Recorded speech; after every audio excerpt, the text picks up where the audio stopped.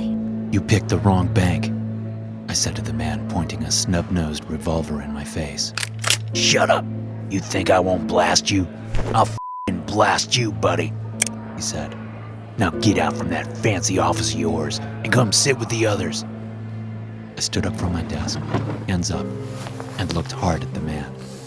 I could tell, even through the ridiculous pair of pantyhose he had on his head, that his nose was running. A wet spot glistened on the mesh women's wear just under his squashed down nose.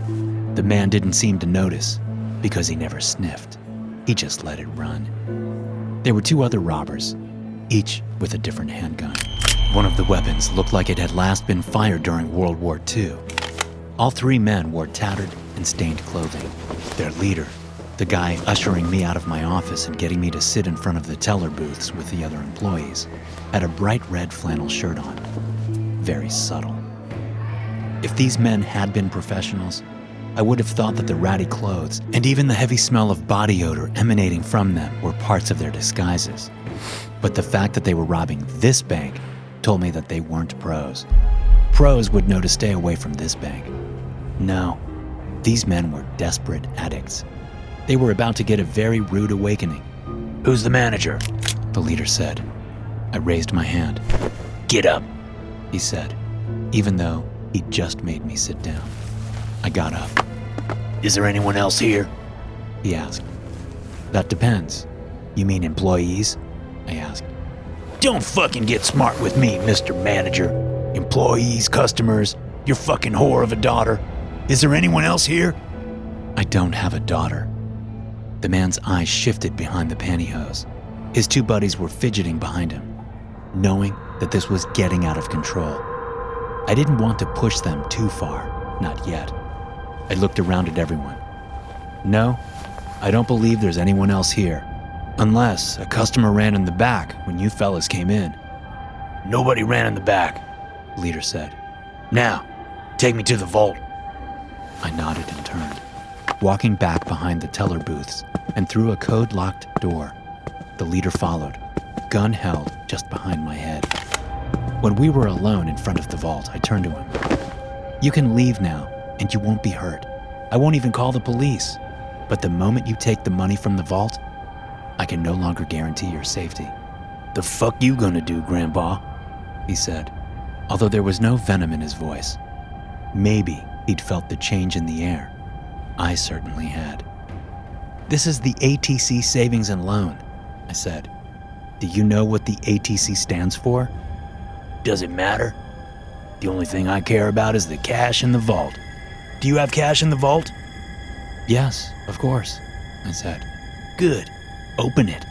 Or I'll have one of my friends out there shoot one of the pretty teller ladies. If you think I'm joking, just try me. One more time. Try me." "Okay," I said, turning back to the vault door. "Don't say I didn't warn you." I opened the door and allowed the man in. Then I stood there as he filled a black trash bag with as much cash as would fit without tearing the bag. When he was done, he urged me back out the code-locked door. "Yo, Sammy," he called over the teller booths. "Come back and fill your bag." One of the other robbers, this one dressed in a stained gray sweatshirt and torn jeans, hurried back to us. The leader went to take his place on the lobby floor. As they passed, I heard Sammy whisper, "Why'd you use my name, man? We talked about this." "Just go fill your bag," the leader said. Suddenly, the lights flickered in the bank, creating a strobe-like effect. It was irregular, causing certain corners of the large room to go dark, while others brightened. "What the hell is this?" the leader yelled, turning back to me, shoving his revolver in my face again. "What did you do?" "Nothing. I did nothing. You're the one that took money out of the vault. I tried to warn you." "What is this? A silent alarm or something? Some kind of security system?" Sammy asked. "You could say it's a security system of sorts," I said. "Sammy, stop talking to this guy and go fill your bag," the leader said. "Mr. Manager, punch the code in." I shrugged and punched the code in, letting Sammy into the vault room. Apparently, the leader didn't trust me, because he put his bag of cash on the floor and stood there next to me, pointing his gun at me from his hip. From where we stood, We could see the third robber out beyond the booths, pacing back and forth on the marble floor, keeping an eye on the other bank employees. The flickering continued, and it was clearly unnerving that third man. Get away from me! The third robber called out suddenly. What is it? The leader asked, stepping away from me. What are they doing? The third robber didn't answer. He just stood there in the middle of the floor, mumbling to himself, looking at nothing. Talk to me, Jason, the leader said. Hearing his name seemed to snap the man out of it. He turned toward the leader and said, He won't leave me alone. What won't leave you alone? He asked. What the hell are you talking about? There's nothing there. Jason spasmed and then went stiff, arms at his side and standing on his tiptoes. What are you doing? Jason's head shook impossibly fast, the movement turning his skull into a tan blur, the limp pantyhose legs whipping back and forth over his head. This went on for about 3 seconds before he stopped suddenly. Jason, the leader asked, fear in his voice. What's wrong with you? Jason didn't answer, not with words. But it became clear soon enough that there was something really wrong with him. His face seemed to stretch out in the middle, his nose and brow and mouth pushing outward at a sharp point. The pantyhose stretched with it until the middle of Jason's face split open, with the force of it ripping the pantyhose. The two halves of his face separated like butterfly wings. Blood spewed out as his facial structure ripped apart, revealing another face underneath. This underneath face was not even close to human. Two blood-coated eyes bulged out, their red irises glowing like car cigarette lighters. Instead of a nose, there were two wide slits, situated above a mouth crowded with needle-like teeth.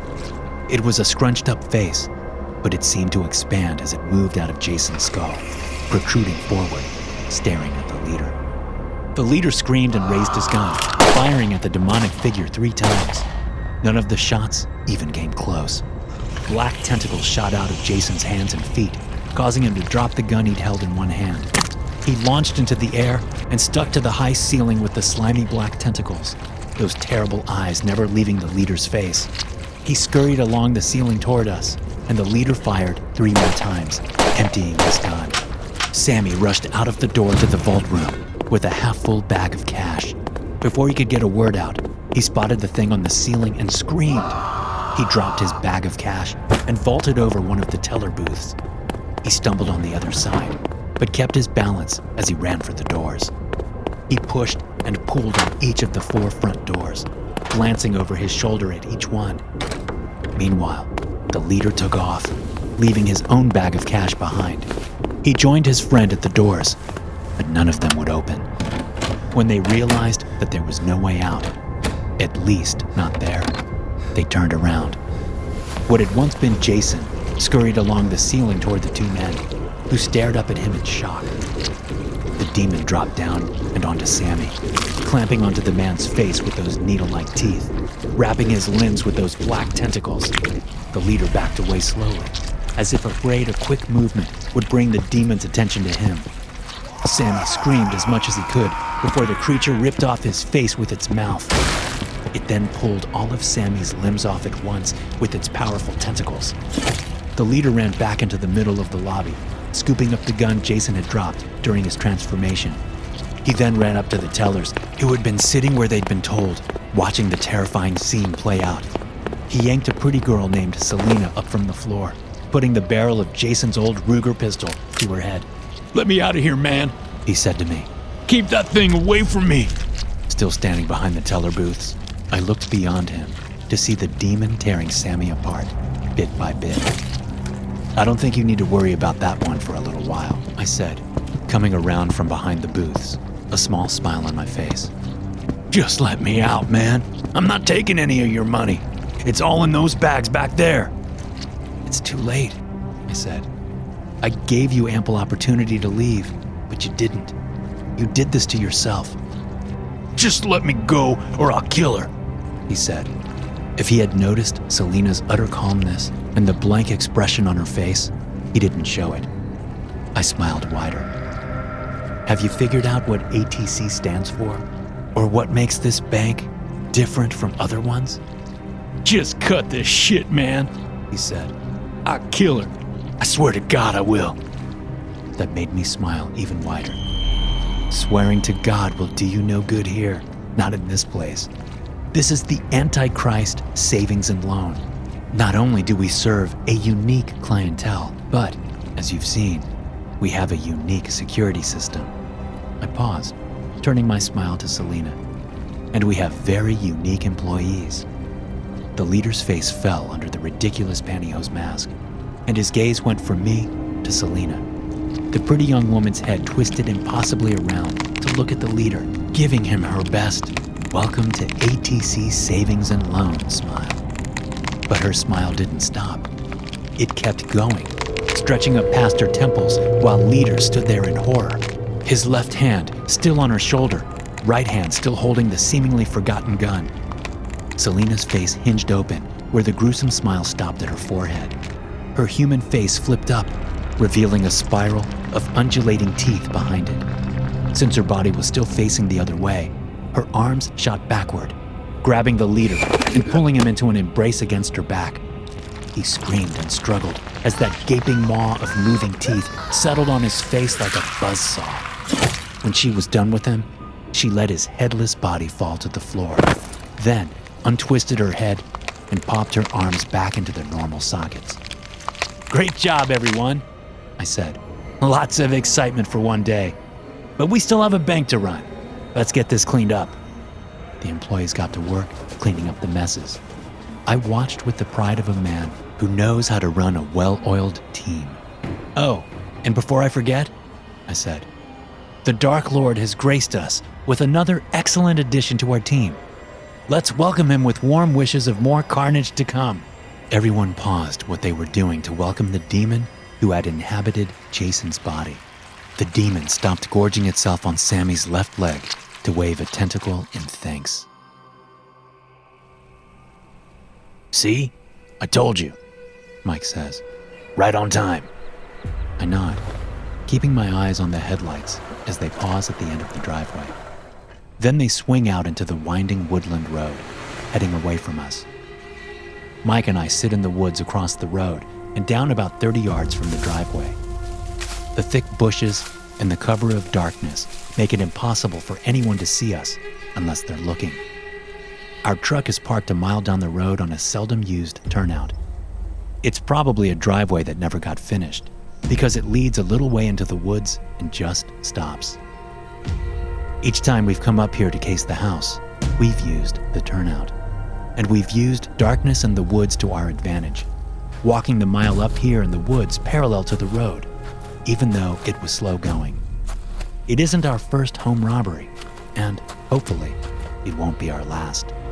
We can't see the house from where we are, but that's okay. We're here to make sure they leave. We've already spent hours watching the house from the surrounding woods, making certain that it will be worth our trouble. We sit in the woods for another 10 minutes, giving the owners enough time to come back in case they forgot something. When they don't, we grab our backpacks and head across the road. The house is massive. It's a combination of a mansion and a cabin. It's 3 stories, made out of wood and glass, with a stepped roof and a wraparound porch made out of finished logs. We know it has an alarm system, but they never use it. Each time we watched them leave the house, they walked right past the keypad on the wall and out the door. And we even tested the theory one night, picking the lock on the front door and opening it, then waiting in the woods to see if the cops showed up. They didn't. We could have gone in and taken everything that night, but we still didn't know their schedule well enough. And our golden rule is we never do a robbery when people are home or may come home. That's when things get messy. Mike works on the front door while I keep watch. It doesn't take him long to unlock it. We step inside and check the alarm keypad. Nothing. Of course, it wouldn't tell us anything if it were a silent alarm. Still, it's a chance we have to take. I close the door behind me and turn away. I hear a soft clicking sound and turn around to make sure the door is closed. By the time I lay eyes on the door again, the sound is gone. It was just for a split second. "Did you hear that?" I whisper. We're still not totally sure there's no one home, and we'll be quiet until we check all the rooms. "You're what?" Mike says, putting away his lock-picking kit. "Nothing." Never mind. The inside of the house is immaculate. The cabin motif continues, but it's more of a modern look than a rustic one. Rich hardwoods make up the walls and floors, giving the place a comforting feel, but everything also seems kind of sterile, like people don't even live here. It's a strange combination. I'll go down, you go up, Mike says. I nod, and we move off into the house. I haven't even stepped on the stairs yet when Mike shouts from behind me. I head toward the sound, fearing the worst, which would be a man with a big gun. I turn the corner and see Mike standing in front of a closed door, looking down at his latex-gloved hand. His palm had been cut open.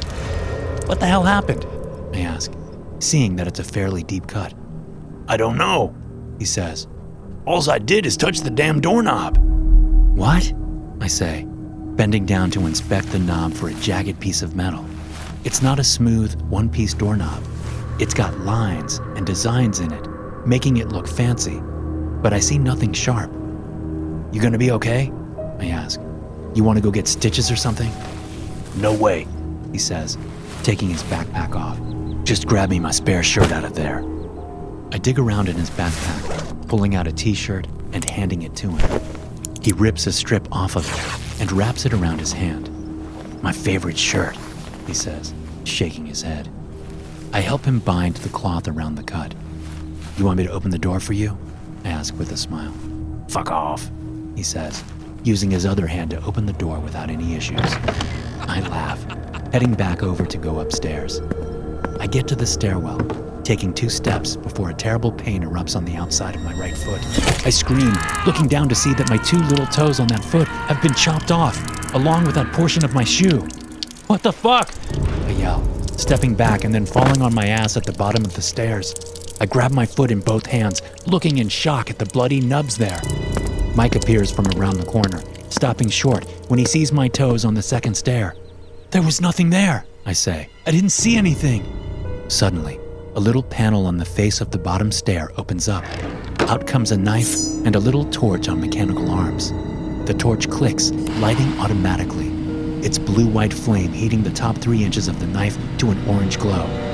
What the hell is this shit? Mike says, looking around. Should I use it?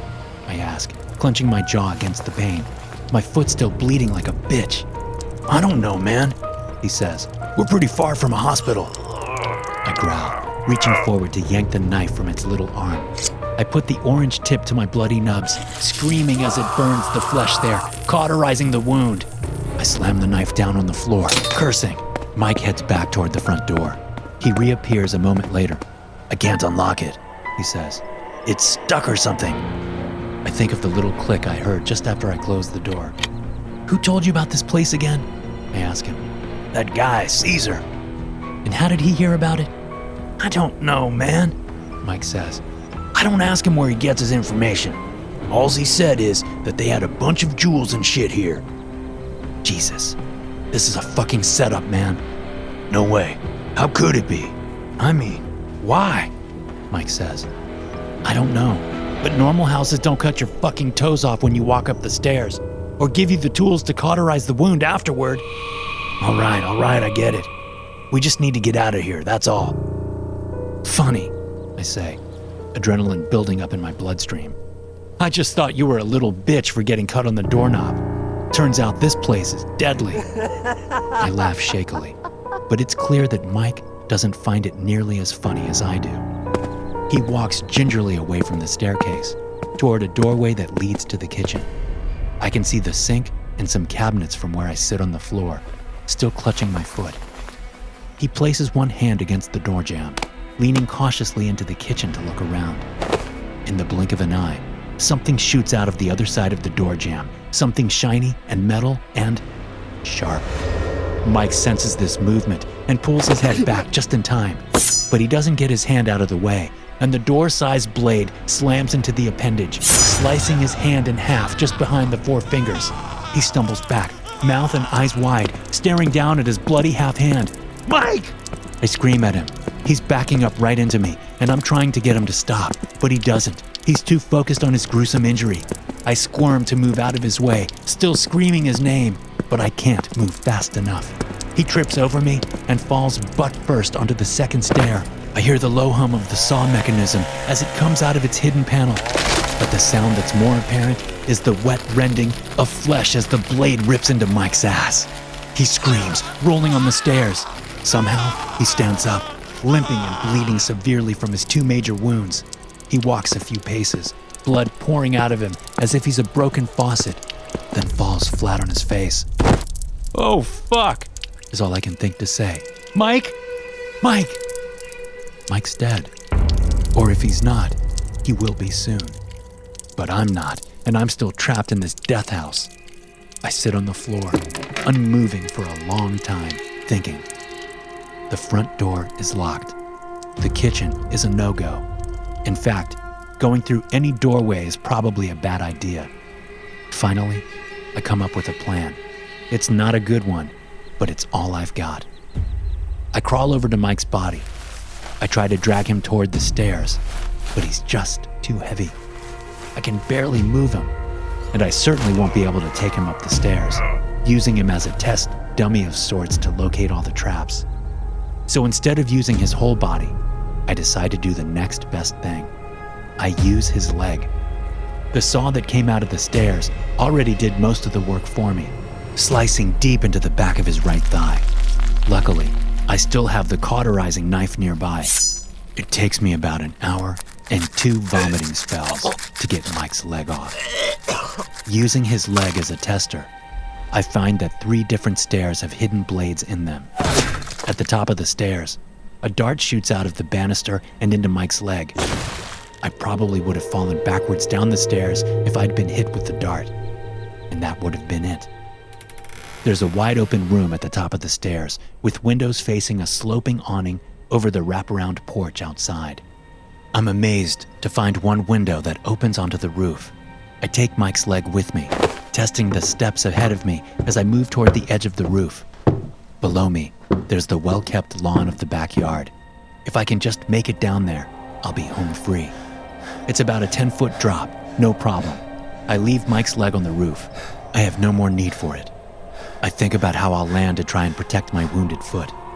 There's no way around it. I'll just have to grin and bear it, using both feet to break my fall. Here we go, I say to myself, sitting down and hanging my legs off the edge. The pain in my injured foot is immense as I land on the lawn feet first, then roll forward to dissipate the force. I come to rest on my back on the lawn, looking up through the gap in the trees at the night sky. I almost want to laugh, but can't bring myself to do it. Little pinpricks of pain erupt in my shoulders and my butt. I scramble up and look down at the lawn to see sharp metal spikes coming slowly up through the grass. They're placed evenly at 2-inch intervals, a blanket of spikes covering the whole lawn. I turn to run, stepping forward and impaling my foot in several places on the emerging spikes. I scream out, pulling my other foot forward as spikes dig up through my feet. There's nothing I can do but try to run, but I know it won't get me anywhere. It's a good 15 feet to the edge of the lawn. Still, I step forward, trying and failing to put my toes down on the little bit of grass between 4 spikes. They're about 3 inches up now, and they keep coming. I feel my balance teetering, and the realization that I'm about to fall forward is even more terrifying than the pain in my back foot. I yank my back foot off its spikes, tearing gaping holes in the already injured appendage. I swing it forward wildly, trying to keep myself from falling, but it doesn't work. The toes I have left get caught on a spike and I tumble forward, putting out my hands to break my fall. As the spikes pierce my hands, I feel as if they belong to someone else. These aren't my hands. They can't be. My knees come down on other spikes, and the pain there is so great that I vomit. The spikes keep coming up, stabbing into my thighs and my upper arms and my chest. They tear through my flesh, the currents of pain causing me to convulse. I turn my head and wait. I can't watch the spikes come at my face. I just can't. I hear a humming above me, and I look up to see a drone flying low over me, a camera lens fixed on my impaled figure. Suddenly I understand that this whole place is for someone's sick entertainment. As I feel the spikes press against my left cheek, my temple, my ear piercing the skin. I wonder how much Caesar got paid to send us to this house of horrors. "Shut up and you won't get hurt," I said to the security guard as I tightened the zip ties around his wrists. I then pulled a gag around his head and got it as tight as I could. Next to me, Blake, codenamed Spider, was doing the same with his security guard. Both uniformed men were on their bellies in front of their shared desk. Once I finished zip-tying my guy's ankles, I looked up at the monitors on the desk. Each monitor screen was split in fourths, each quarter showing a different part of the facility. On one screen, I could see two men I knew, Panther and Scorpion. They were dealing with the other security guards, whose job it was to patrol the facility. Once I saw that they were done, I unclipped my radio from my belt and spoke into it.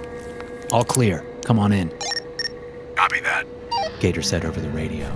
I watched the corresponding screen to see Gator and Shark driving the van through the gate I'd forced one of the security guards to open when I first came into the room.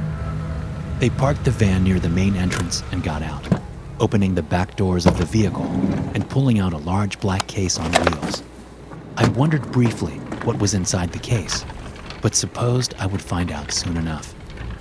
Working with a new crew always took some adjustment, and the way that Gator compartmentalized everything was smart, but also frustrating for me. I liked to know every facet of a job. "What's in the case?" I asked Blake. He shrugged. He'd got me into the crew, but he'd also only done one job with him. A job that, apparently, hadn't involved whatever was in the case. One of the security guards spoke against his gag, and I kicked him to keep him quiet. I looked briefly for any emergency switch located anywhere near the guards, but found none. "Okay," Blake said. "let's go join the others." We left the security room, confident that the guards wouldn't be able to free themselves, and headed to join the others. I was curious to see how they were going to get into the room with all the uncut stones we were after. We met up with Gator, Shark, Scorpion, and Panther in the hallway outside the secure room. Gator and Shark got to work taking a side panel off the black case. I was on the other side of the large case, which was probably about 5 feet long, 3 wide, and 3 tall. They set the panel aside, and then Shark stepped back. Gator spoke into the case. "Out," he said. It was a command, and I expected to see a dog or another animal come out. I was not prepared at all for what actually came out.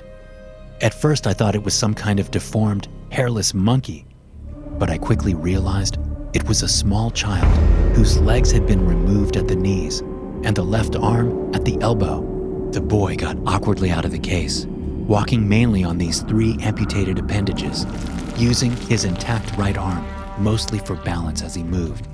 He wore ratty underwear and nothing else. "What the fuck?" I said. I looked over at Blake. Even through his black mask, I could see he was surprised. "You got a problem, noob?" Panther said, stepping up to me. "What the fuck is that?" I asked. As I said this, another of these deformed children got out of the crate and sat down next to the first. They both looked up at Gator, as if waiting for their next command. They couldn't have been older than 6 or 7. Really, they were no more than skin and bone, clearly having survived on little more than scraps. "These are our way into the room," Gator said, looking at me with hard eyes from the eye holes in his black mask.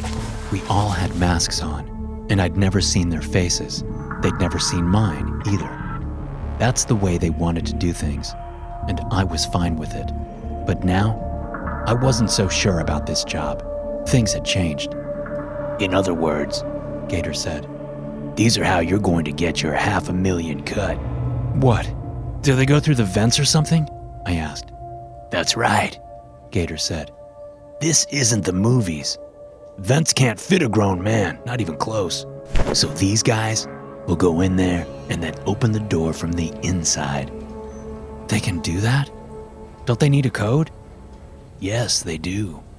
That's why we're extorting the manager of this place. I've been training them for the last 2 weeks with the exact layout and code to get us in there." "Jesus," I said. my mind racing. Panther was still standing right next to me, his MP5 not quite pointing at me, but certainly too close for comfort. Let me ask you again, He said. you got a problem?